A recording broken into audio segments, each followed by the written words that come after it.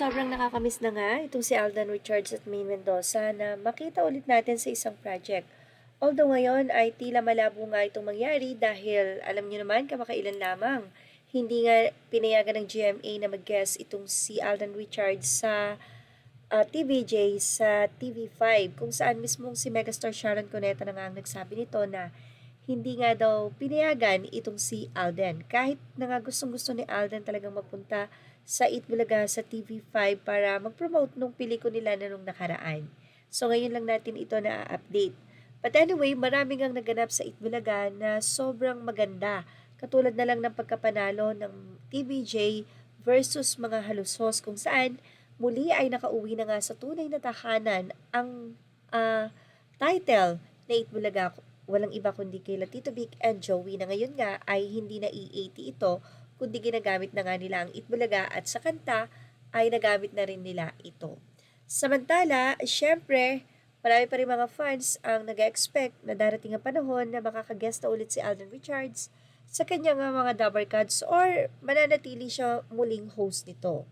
Pero iyon ay mangyayari kung papayagan siya ng kanyang ahensya. But, narito po ang latest update mula nga po sa Facebook page ng isang Facebook page narito po. Facebook page ng Solid Dabber Cats TBJ. Ayan, Solid TBJ and Legit Dabber Cats Fighter Authority.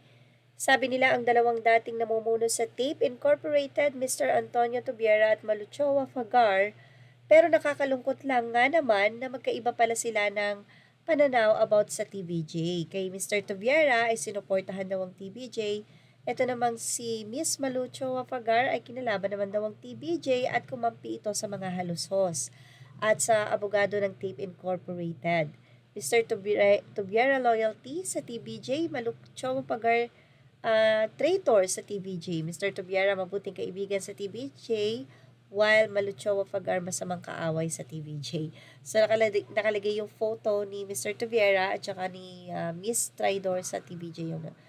At anyway, ilang mga netizen naman ang nagbigay ng reaction ni Gil dito. Well, basahin po natin.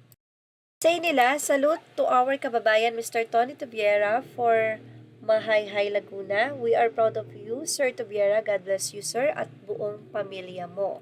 Ilan naman ay sinabing irespeto daw ang pananaw ng bawat isa. Say nila, respect each individual decision. May sarili silang paniniwala, just respect their decision. God bless them for doing what their heart and mind believes. Siyempre, ang ilan ay sinabing solid Dabber Cats sila at nagpapasalamat sila kay Mr. Tony Tubiera na hanggang sa tumanda sila until now ay sobrang suporta niya sa TVJ. So, we love Mr. Tubiera kasi loyal siya sa TVJ. Pero sana magkaroon na din ng kaayusan ng lahat kasi tapos na naman ang laban. And peace! Kasi at Legit Dabber Cat ako. Ang ating Miss Lee Vlog update. Makibaritas kay Miss Lee for more showbiz update. Thank you for watching. Please like, share, and subscribe.